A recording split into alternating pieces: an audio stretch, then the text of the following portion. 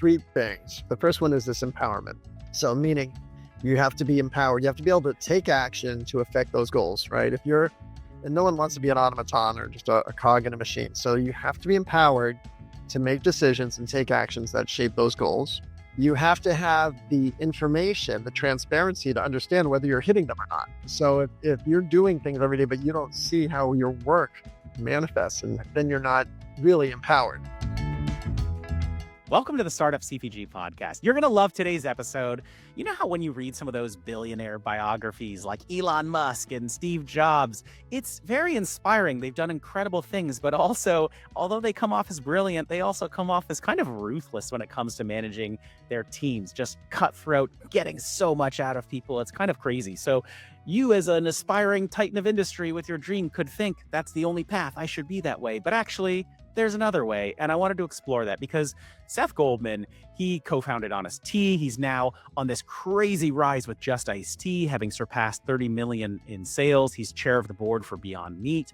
He is known as a hugely successful company builder, but he's also a genuinely nice guy, and everybody who knows him holds him in such high esteem. So I wanted to explore this topic with him and talk about that balance about being liked, but also very effective and, really showing up and being transparent with people. So on today's podcast, we get into just that.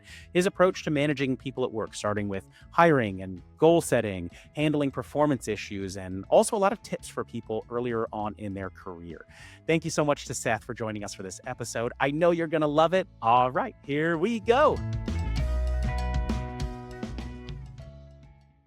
All right, Seth, my friend, welcome back to the podcast. We had an amazing series with you a few years back where you were sharing your reflections on entrepreneurship while your current company, Just Iced Tea, was really starting to take off. So it was super cool to hear that kind of in the moment lessons as you guys were just exploding. So for anyone who missed those episodes, though, can you give us real quick the Seth Goldman 101, your background, how you got to be where you are today and what you're up to now? Well, first, it's great to be with you as always, Daniel, and it's been fun to share this journey. This is kind of a second stage journey. The first 10 years, 15 years were pre our collaboration, but yeah, I had launched Honest Tea out of my house in Bethesda, Maryland back in 1998 and grew it the hard way, and not the slow way, but the old-fashioned way, just sort of, bottle by bottle.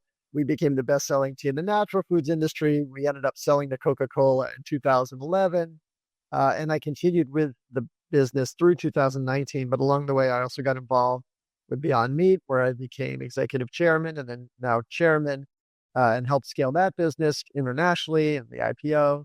And then I also got involved with PLNT Burger, Plant Burger, a 13-store chain in the Mid-Atlantic and up into the Northeast. And then I also have a role with Tony's Chocolonely, the chocolate company based in Amsterdam, where I'm chair of the Mission Guardians. So I guess I think of myself as a activist entrepreneur in the food space, where we have the chance to improve people's diets, improve our environmental impact, and improve the way the communities we source from are treated. Amazing. And can you just also give everybody a little bit of what's going on with Just Iced Tea? Because, I mean, like we saw, I know you guys started with Eat the Change, and you started with the mushroom jerky product, and then decided to do the Just Iced Tea, and it just caught fire. I saw it everywhere all at once, immediately, and just flying off shelves. Thank you. So yeah, in 2020, I started Eat the Change with my co-founder, Chef Spike Mendelsohn, and we were initially focused on planet-friendly snacking. We had mushroom jerky.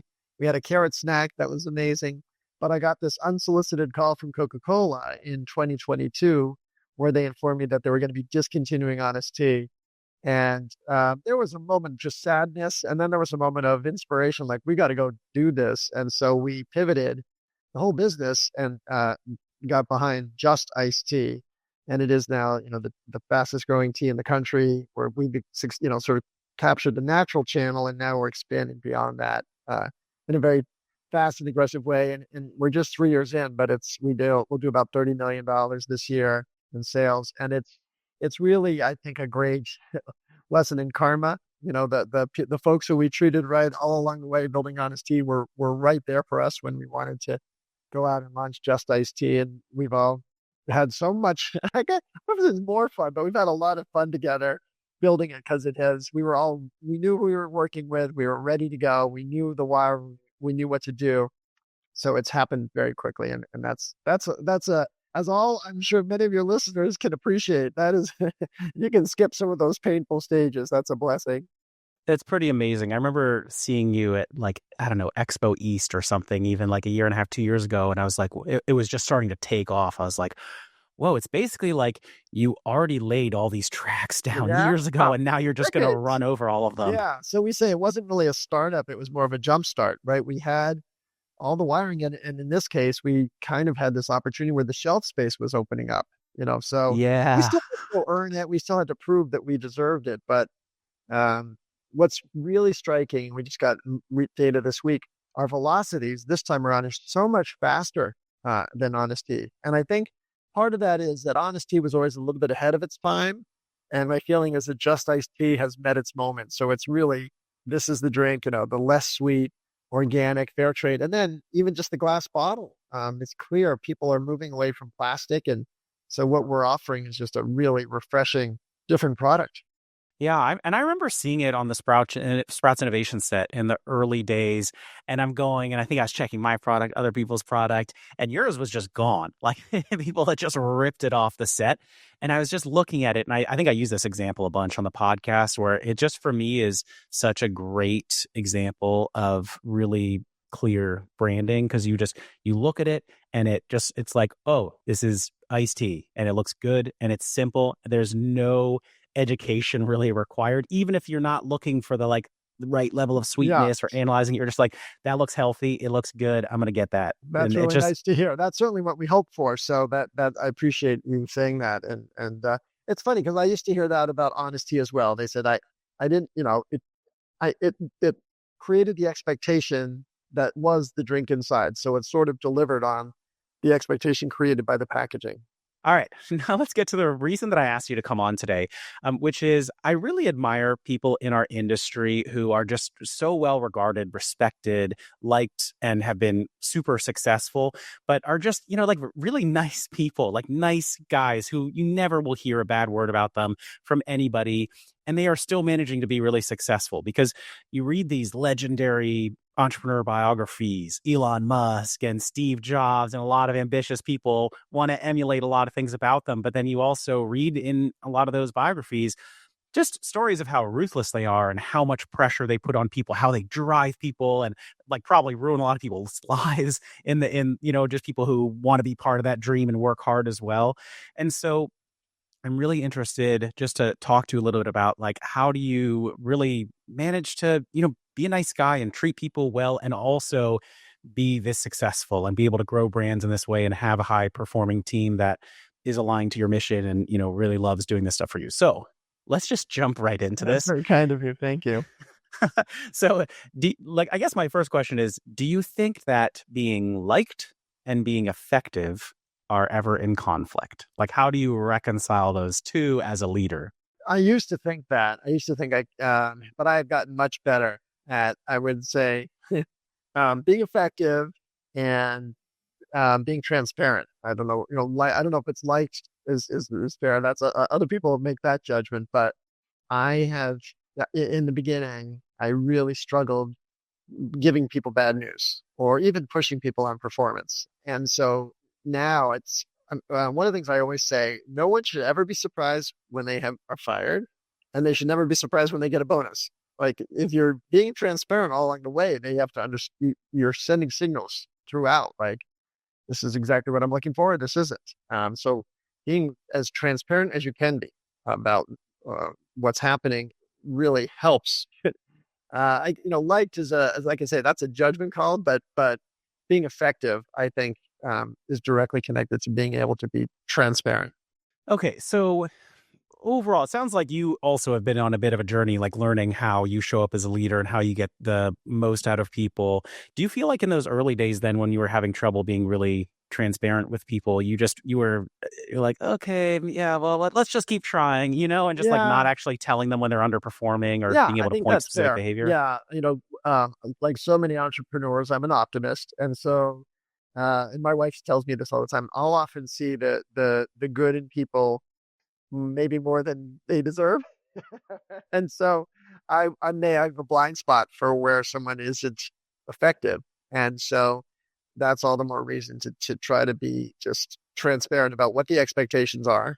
And so when someone understands if they're addressing it. And so part of that is, frequent check-ins and communication, but it's also sharing the vision for the company. Knowing if we understand as a company, I'll just pick a number, we have to hit 25% gross margin and we're not, there's a few determinants of that. One is your trade spend, obviously what is your cost of goods, but it's if we have a trade spend number we know we need to hit and we're not hitting it, I need to communicate that. If people don't know that, I can't blame them.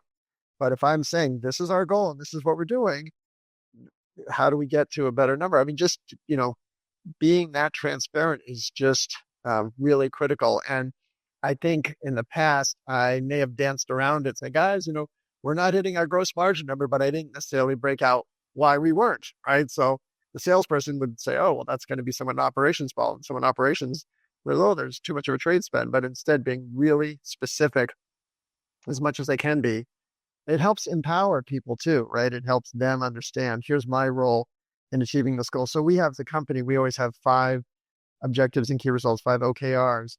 And each OKR, I want someone to look at and understand their role in achieving them, right? I don't want everyone to say, okay, well, here's the OKRs, but those 4 are for someone else to do. Everybody can play a role in us achieving those goals. And then they have an understanding of what's expected of them. Can you give me an example of what your current You don't have to give us the specific numbers, but give me some examples of what these OKRs are right now, or what they would have been in the early days. Sure. Well, one is always related to just growth, right? So the first one, this year was expanding into mainstream channels, right? So, we started the natural channel. How can we get beyond? We love natural channel, and certainly one of the OKRs is continue to lead in the natural channel. But our top one this year was expand beyond natural into mainstream. So for us, going into Target was a big deal. Going into CVS was a big deal. And so it's how do we execute that? And so part of that is obviously we got the account approval. That was the first step. But then the distributors getting into those accounts. But it's not just getting in, it's, showing up in those accounts the right way. So do we have the point of sale right in those stores where possible? Are we doing the right marketing and promotion and programs? Are we doing the right social media? So everybody has a run, obviously, from our team. Are we anticipating the orders? What's our on-time delivery percentage to the Target warehouses? And so operations understands we have to get a rating of 95% or higher on deliveries. So everybody really has an accountability for that goal. Like I say, I don't want anybody to just think, oh, that's for someone else to worry about. They need to understand what their work plays a role in us achieving that goal. Any others that you would suggest for early stage brands to think about? Well, certainly gross margin has to be in there, right? So for us, that's always usually top 2. So for us, that was one. When we started in our first year, the top one was succeed in the natural channel. And so what does that mean? Top selling tea in Whole Foods, top selling tea in Sprouts. Getting a certain becoming the fastest growing major tea in Spins channel in every region, gaining leadership in different Spins regions. So we just saw the most recent Spins data, and we now have top tea brand across the entire East Coast as well as the Midwest. So that was a goal we had for this year, and it's great to see we've achieved that. Okay, let me ask you kind of a dumb question, which I'm like, yeah, that sounds right. But wait a minute, that would feel so impossible for so many people. But you said it, and then you did it. So well, and I admit that we have a maybe unfair advantage because as we talked about. But going back to the Honest Tea days, it was become the fastest growing tea. So that's the first goal, and that if you're the fastest growing tea year after year, soon you start to get up into the rankings. So all right, I love it. Yeah, you got to pick your. I mean, going back to the Honest Tea 1998 launch, we were only in 17 Whole Food stores. And so the only goal we had that first summer was succeed in those 17 Whole Food stores. And we did. We did 6 demos per store. And by the end of that summer, we were the top selling tea in those 17 stores. And that was our launch pad. So you got to sort of pick your pond and start with a small pond and make yourself a big fish in it. I love it. And when you're setting those kind of early stage ones, like we're going to hit these 17 stores, be top selling there, it is with that long-term vision though in mind. That's what we're going to do this year. And then later that's going to knock down the region for us. And then we're going to hit the region and then we're going to dominate the whole world. To be honest, back in 1998, that goal was a survival goal. If we can succeed in these 17 stores, we renew our license to operate. We'll be able to raise money to expand, and we should be able to get authorization to go into other Whole Foods regions. So I don't want to make it sound like in 1998 I had that roadmap all laid out. With This just time you ice, might. yeah, just iced tea, I knew, yeah, okay, first thing we got to do, we got to succeed in natural. We don't get any, if we don't succeed in natural, then, we don't get that license to go beyond natural. I love it. I just keep thinking about like, oh, getting to play a video game that you've already played and beat before, and just everything that you can do faster and better this time. We're in the same, a lot of the same team. I mean, that's the beauty of it. And actually, in the context, we're talking about managing people, right? There's no indentured servitude. So, the fact that most of the major leadership from Honest Tea is with me at my side with Just Iced Tea is something I'm really just gratified by.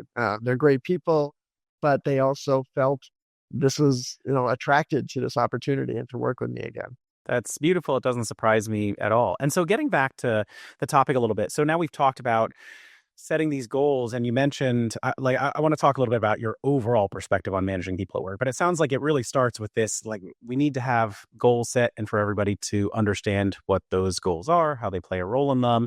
And then like, what else? How do you think about it holistically? There's really three things, right? The first one is this empowerment. So meaning you have to be empowered. You have to be able to take action to affect those goals, right? And no one wants to be an automaton or just a cog in a machine. So you have to be empowered to make decisions and take actions that shape those goals. You have to have the information, the transparency to understand whether you're hitting them or not, So if you're doing things every day, but you don't see how your work manifests, and then you're not really empowered. So accountability is the third one. So you have to have the information, you have to have the power, and then you have to be held accountable for the results. Meaning if you over deliver, then you should be rewarded for that. And if you under deliver, you have to own the results. And, it may not mean firing, but it may mean more supervision. The people who I would say who get the least supervision in our company are the people who are just out there killing it on their own. And they'll check in with me and I'm like, yes, more and more. Yes, the greatest gift is that we don't actually have to spend a lot of time together. Right. And then the other pieces that come with that are part of empowerment for me means equity ownership, right? So if the people who are most empowered are people who feel like they own the business, and in my case, I want them to literally own the business. So anyone who's been with this company for more than 12 months has stock options. And, for the Honest Tea people, it turned into real meaningful wealth creation. I certainly hope that will be the case here as well. We'll be right back. Okay, you know that moment when someone hands you a business card and then it disappears into the void 10 minutes later? Yeah, same.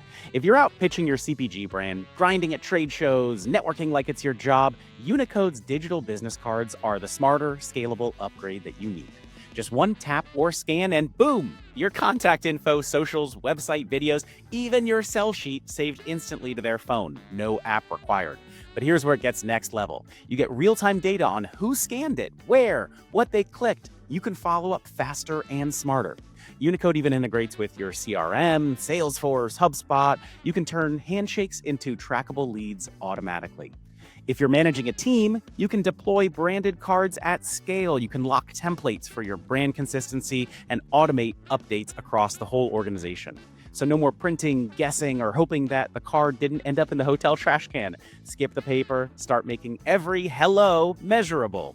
Hit the link in the show notes or visit unicode.com/CPG business cards. That's UNIQODE.com/CPG business cards and create your first card and get your brand into their phone, not their recycling bin. All right.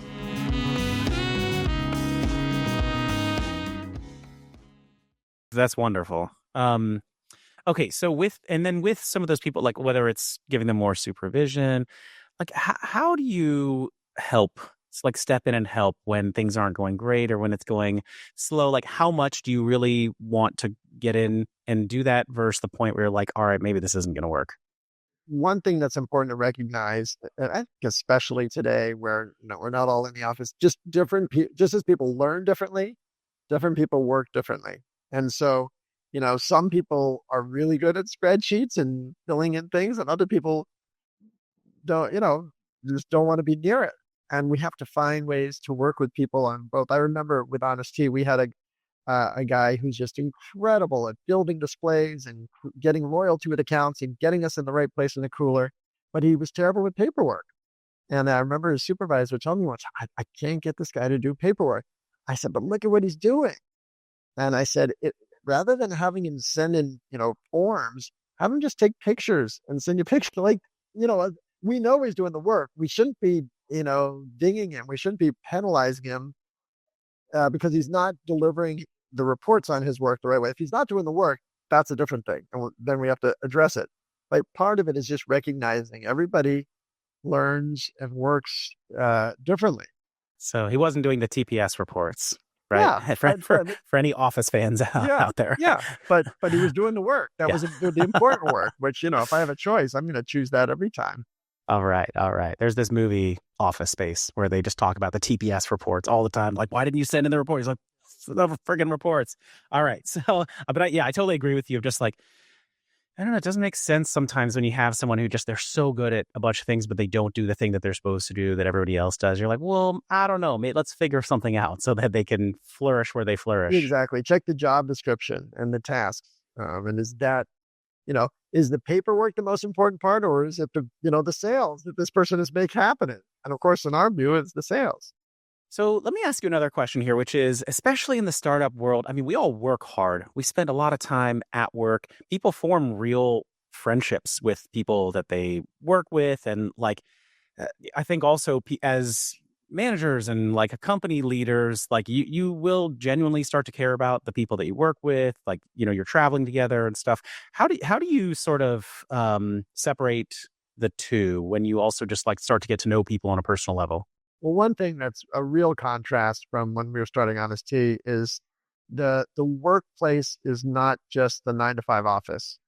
So and I think the pandemic really accelerated that transition.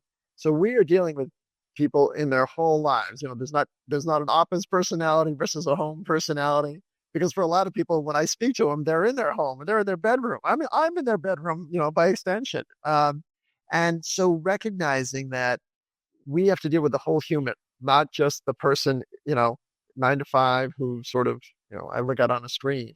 And so part of that means embracing all their diversity or quirks or differences, their lifestyle, and understanding it. And, again, doesn't change my expectations about delivering their work roles. But, if somebody needs to be with family for, a sick relative or a different event, as long as they're getting the work done, so as a result, we have no PTO restrictions in our company, which can scare some bosses. Like, wait, what?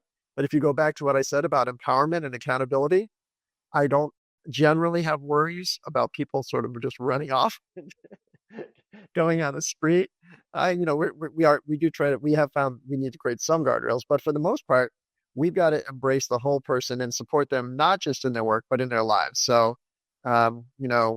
when someone is either personally sick or someone in their family sick, we don't ask questions. We just, how can we help?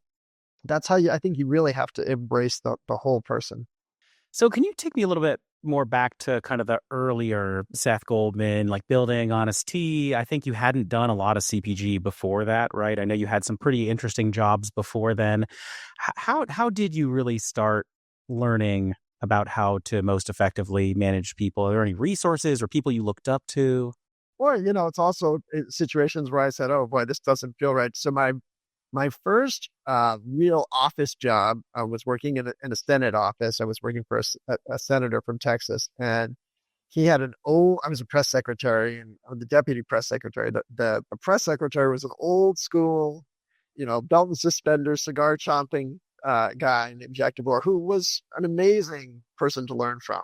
Talented, smart, funny, but he was also a very tough boss and demanding in the right way. And I learned to write well and certainly present ideas well. So I feel embedded, but he did not have that lens of sort of embracing the whole employee. And I remember one time I wanted to take off the Wednesday before Thanksgiving. I wanted to take off in the afternoon to travel up to Boston to be with my family. And he gave me a really hard time about taking that off. And I'm like, this is the Wednesday before Thanksgiving, and it just made an impression on me that the time away from the office was, de minimis. It was really not a lot, but that it should be so hard for me, or I should feel guilty or nervous about asking for it, is just silly. And so it was a good lesson just about how to treat people. And I think now, especially with my own sons out in the workforce, every person is someone else's child. And if you can think about treating them as kindly as you would want your child treated, it helps. I like that. I like that a lot. And you just reminded me of all the times I've been in that situation. I remember in my day, I worked at Deloitte Consulting, and I remember one week I was in Mexico City and I was running this team, and we were working our butts off. And one night it was like 6:30, and I was like, all right, why don't we all go back to the hotel, get in a workout, and then, if you guys have work you need to keep doing, then go on. And then I got chewed out by the partner. She was like, if you feel like it's appropriate to take a half day, then okay. Like in a real crappy way. I was like, 6:30 is a half. Oh my gosh. I'll never forget. But I really like that approach. And that's definitely something that we do on our team, is like, the expectation is, if you want to take tomorrow off because you got invited up to, or there's fresh snow on the mountain, like, do it. If you like, get your stuff done. If you know what you have to do, But by the same token, like last weekend, we had our New York team went to a Costco road show in the Midwest for the weekend, right? And they didn't ask for, extra time off. And then we had other people who were at a trade show on Saturday and back at work on Monday. So, and I will admit there's times when I call someone over the weekend just looking for information, and it's the lines are a lot more blurry. I certainly will tell people, I'll say, is this, do you have a second? I'm not expecting them to respond right away, but when the lines are blurry, it cuts both ways. Yeah. And I really like the example, or just what you said about trying to, if you think about, like, if you were like that person is somebody's child and somebody's partner, somebody's parent, and like, just, making sure you're treating them the right way. But you have to decide that you care about that in the first place, because that senator that you worked for might have, one, not cared about that, or two, and like, no, I am actually doing the right thing for Seth by pushing him to absolutely work hard all the time. That's what's important, is just to work, right? If you're one of us, you'll work here all the time. Yeah. And look, I still benefit from the things I learned in that office, but some of the things I learned, like, I'll do it differently when I have the chance. Same for me at Deloitte. Oh, I learned a lot. I was working my butt off all the time. You definitely learn, but it was very painful. Okay, so let's talk a little more tactically. So, like, how do you actually structure your time with your team? I know there are some leaders out there that famously are like, I don't do any one-on-ones. It's not a good use of my time. How, like, do you try to set up systemic checkpoints, or you just let people kind of do their thing? So we always have a weekly team call, and I want to use that for to give people the chance to share what's going on in the company. I want everyone sort of current on latest developments. I want them to know where the sales are, what the major marketing initiatives are. If there's production runs, or if there's product shorts, we need to sort of understand where those, or risks of shorts. We need to be all in the loop on that. And so those are usually an hour-long call. And I always want to make sure I'm giving the people who are doing the work, especially the sales leaders, the chance to share, the things they're doing. So that's on Monday. Then on Wednesday, I'll have a call with just the directors in the company to try to make sure maybe we're talking a little more strategically, or we're looking ahead to a board meeting or a presentation, and just make sure we're all aligned and prepared for that. And then I have check-ins with the sales team, with the marketing team, with the ops team over the course of the week. Each of those are usually a half hour. And then I'll often, but not always, just check in with the leader of a team, because then maybe there's some things we need to talk about in terms of individuals on the team, or coordinating with another leader. So it is. I don't think anyone would say I'm a micromanager, but I also, no one would say I'm sort of phoning it in. Like,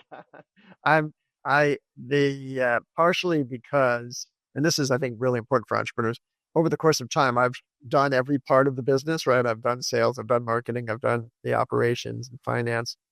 I can ask informed questions, and so we aren't starting from ground zero with these questions. When we check in, it's sort of like we're just tracking different situations and how are we handling it. And sometimes they're very short calls because it's like, okay, here's this what I need to know, and let's keep going. And that's probably true of almost anybody who did this from scratch, right? Like you Yeah, probably had to do most of the yeah, things, and then yeah, hopefully you grew and got to hire people. exactly. So that makes a lot of sense. Where do you say you spend? I mean, to me on the outside, you seem like a really sales pro kind of CEO. Like you're going to get like that's a great use of your time to be out No, there no. building relationships, opening up Mhm. accounts, like having the people trust you. Is that like, would you say you're more sales forward or? I love that part of the business. It's fun and it's rewarding and I do believe in what I'm selling, so I love to sell it. But the marketing as well is a form of selling, right? Marketing is selling to whether it's to media or social influencers, or thinking about how we position and communicate the brand, that's selling. And then the ops piece, especially with my tenure, I have a lot to add there. I have a lot of the relationships, sort of this was, of course, a great lesson when we launched was that even though Coca-Cola was the steward of the Honest Tea supply chain relationships, ultimately they were my relationships. And so when we came back in, you know, um, I had a direct line to all of the key decision makers for the tea supplier, the bottle supplier, and the co-packing plants. And so, staying in touch with those people and whether meeting them in person or talking to them, just staying in touch with what's going on. And then the other part of my job that is, I think, uniquely mine is making sure our financing strategic needs are being met. So I need to make sure I'm continuing to cultivate relationships with potential investors, potential distribution partners, potential other companies we may want to work with.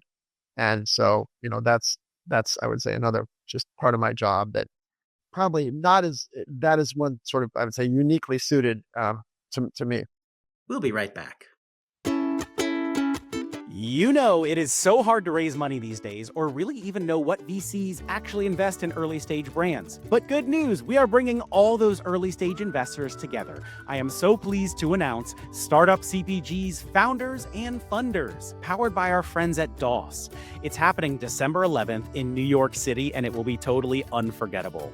We'll have the top 50 early stage VCs, meaning the ones really writing checks for pre-seed and seed stage brands, and we're pulling them together with the top 100 brands of the year.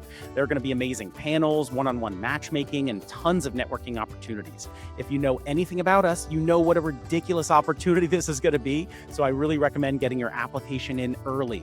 The website to submit is in the show notes. It's f&f.startupcpg.com. Good luck.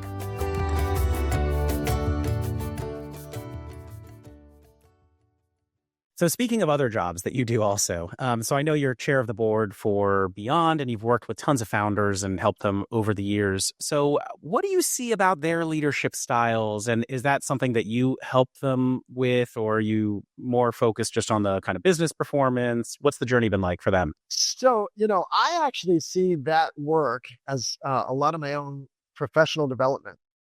Seeing other companies and seeing different scenarios and seeing different leadership models, I really gain a lot that I can bring back to Just Iced Tea. So even though I don't ask Just Iced Tea to, cover sort of the travel associated with those events, those to me are as effective as me going to some professional, management course. And there are different models, and I love seeing. I've certainly seen and been, involved in boards with very intense leaders who push in a different way, and and I try to provide coaching where I can. I've in some cases had to intervene with sticky situations with management, and so those are challenging and interesting as well. But for me, those are really, I gain insights and just different team structure, different approaches, even to R&D, very different ways of thinking about innovation. So there's a lot to be learned by getting exposure to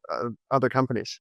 And just with some of the other companies that you've gotten a lot of experience with in that way, would you say that they have a similar kind of approach to managing people at work as you do, or is that something you try to work with them on? It varies. It varies. One company that is more recent is my connection with Tony's Chocolate Only, and they have a really fun, empowered culture. And it's that for me, that was great to learn. And, in every room, there was sort of a quote about sort of the mindsets they have. And I brought a lot of those back here to share. And it just, the other thing that's really neat to see is, beyond meet the innovation work and to really, to all the different ways to think about innovation. For us, it's fairly simple. It's tea. So how many different recipes can you make? But then you start thinking about packaging and then you think about other ingredients. And so, it widens the lens of what you can think about as innovation. So, yeah, I like hearing that about Tony's Chocolate Only. That sounds like a cool place. Everybody seems to love that brand and that team. When you walk into their main office, they have this big thing called the Choco Vault, and it's this huge safe, and there's chocolate on the walls. And then right next to the sign, it says, hint, it's not even locked, so it's That sounds get all like the a good chocolate time. you Field want. trip. Yeah. Yeah. So, okay, so they're doing a lot of work just to really permeate their culture with everybody, remind people of the values of the company. And I've seen that a lot of big companies. How do you think about trying to preserve and grow your company culture as you scale, right? Because people will be further from you, have less time, with you in the leadership, and it'll trickle down. And like huge CPG companies really struggle with that to even like have a company culture at that point. So one way we do it is keeping it really lean. So we have almost half the employees that Honest Tea had at this point in its sales size. So we've been able to operate in a much more lean way. And everyone knows why. It's because we, first of all, don't want to run out of business. We don't want to lay anyone off. And we're really trying to scale this business in a capital efficient way. And that permeates, whether it's, my recent, my dumpster dive desk that I use, or just the very simple office that we have. Like it's a mindset we have. And so, and we report on just when we go over all expenses, we're also looking at travel, and I'll sort of say like if we're above or below. And again, no one should be surprised when they see where we are. And so if we're doing it right, and I think we are so far, we're hiring people who embrace those values. And when they hire, they're looking that's for that same lens. And so I would say someone who doesn't sort of understand that will stick out pretty quickly as not the right fit. When we go on a crew drive and we're in the Hampton Inn, now I always joke because back in the day at Honest Tea, we used to share rooms, and my board won't let me force people to share rooms anymore. So I've evolved, but we're still keeping it lean, and we're not that. So part of that is just making sure people are on board with the way we're going to build this enterprise. That's great. And I just keep thinking about like, okay, you guys are setting targets and, you've done this before, so you know what those targets could be. What kind of lessons do you think an early founder, maybe hiring their first, second, third person, where they don't even really know enough to set those targets? Like, what can they do in that situation? So it's great to ask the person coming in what they think is achievable and not let them sandbag it. They've got to be able to put out something that's achievable, but that is going to make business sense. So if they say, hey, I think I can get us into 5 new stores, and you're like, well, okay, but we're going to need you to get us into at least 100 stores for this to make sense.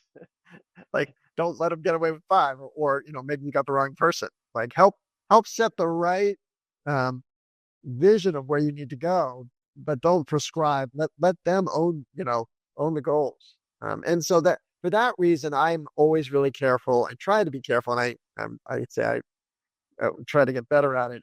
Is to make sure we're not putting out an unrealistic goal, because that demotivates people, and it's bad when you have an unrealistic goal and then after the first quarter of the year you're not going to hit it. Then you're not helping anybody. So push as much as you can, but try to create and identify attainable stretch goals. And congrats on just being able to be so efficient with the business especially this time around with half the size of the team. Any insights or tips for people on how to do something like that? I mean, obviously on the expense side, you mentioned. So first of all, it is, a tribute to the fact that we hire great people who knew what to do, right? So they were up the learning curve. And basically what I was doing at Honesty was I was paying for the learning curve, including my own learning curve as well. But every aspect of it now, we can be more efficient. We used to have a person who did AR, we used to have a person who did AP, and sort of a person beneath each of them. We have one person doing AR and AP now, all of it. So that some of that is technology helps, but also just someone who's just got more capabilities. And then with sales, we still want to support our distributors in their markets. That's labor intensive, but we've got to do it smarter. And frankly, the whole, at least in the beverage world, it shifted because there used to be everybody was throwing money at these things. No one's throwing money around that way, which takes off some of the pressure. Like I don't need to have 4 people working in this market and the DMV to be able to support the brand. Oh, because other brands aren't throwing as much money around at things, so the competition's not quite as fierce at this moment. Okay, interesting.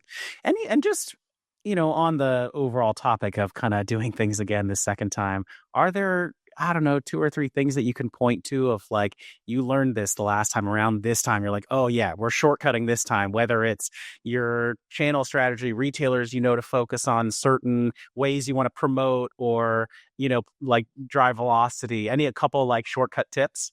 Well, first, the one I mentioned that I don't want to overlook is just embracing the whole person. That's a critical thing that I probably didn't do as much of at Honesty, but this time around I do. The second is understanding what is the priority channel in a market. And so in New York, we work with Big Guys with the beverage distributor. And then during the Honest Tea days, we used to have Big Geyser, but we'd also have UNFI and Keiki going into that market. And it was always a conflict, channel conflict.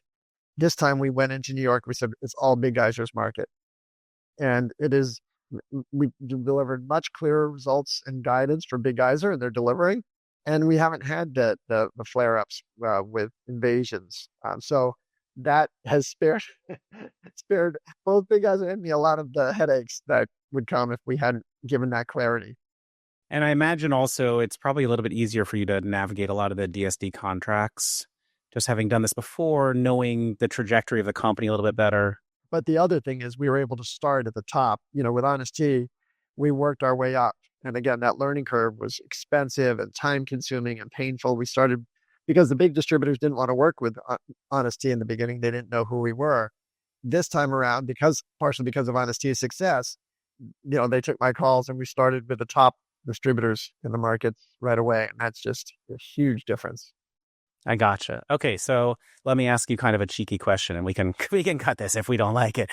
But let me just fire it away, which is, who had on their bingo card or has it on their bingo card, or what are the odds of Seth Goldman builds Honest Tea, sells to Coca-Cola, Coca-Cola shuts down Honest Tea, Seth Goldman basically rebuilds Honest Tea and then sells it back to Coca-Cola? Who's betting along on that one? On my bingo card, I'll tell you that.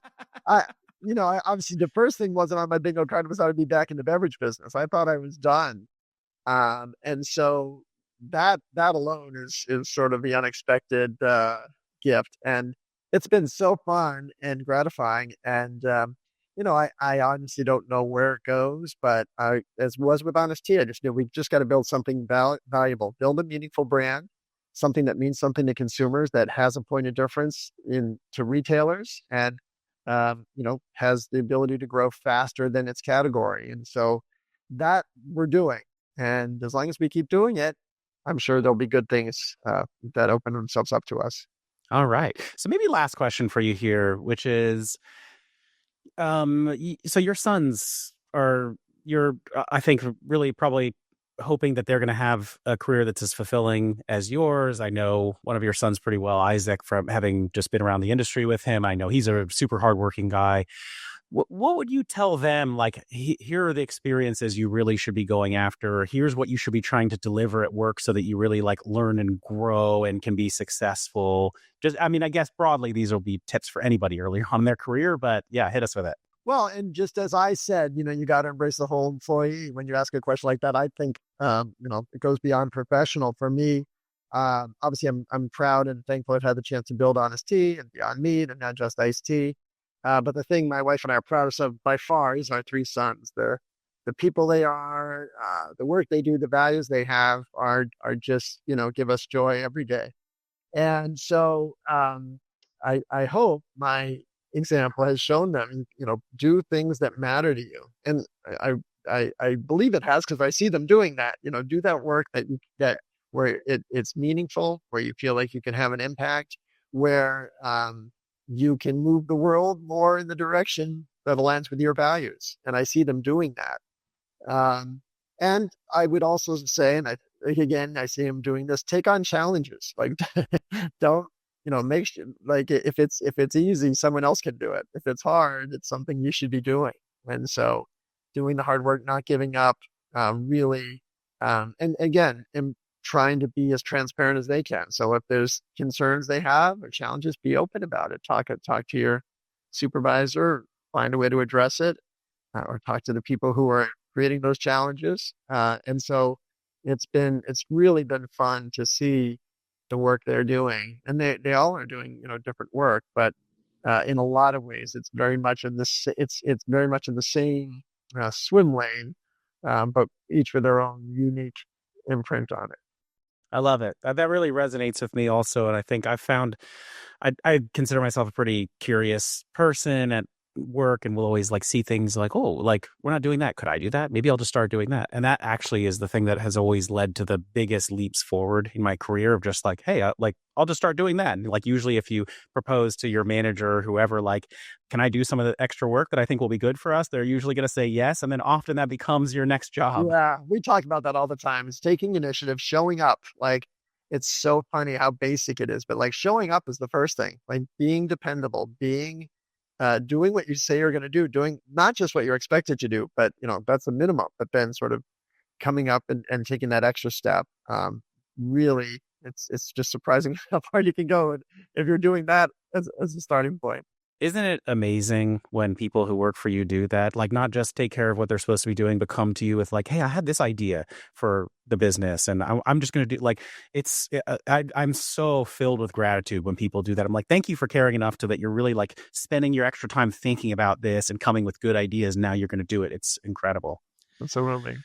All right, Seth, thank you so much. I know how valuable your time is. You're in the middle of this epic rise of the business, and you've taken some time out just to share these incredible lessons with all of the founders and all of the early stage employees at all of these brands. So I really appreciate it. Everybody, if somehow you have gotten away with not trying Just Iced Tea, definitely check it out. What are the best places for, obviously, your website? I'm sure people can get it from, but what are the top accounts? Well, certainly Whole Foods and Sprouts. And then regionally, we're in, whether it's Stop and Shop, Giant, or Safeway Albertsons out west, Target nationally, and now CVS is also a great place to buy it. That's so good. All right. Everybody, check it out. Seth, thank you again, and we will look forward to seeing you soon. Great to be with you. All right, everybody. Thank you so much for listening to our podcast. If you loved it, I would so appreciate it if you could leave us a review. You could do it right now. If you're an Apple Podcasts, you can scroll to the bottom of our Startup CPG podcast page and click on Write a Review.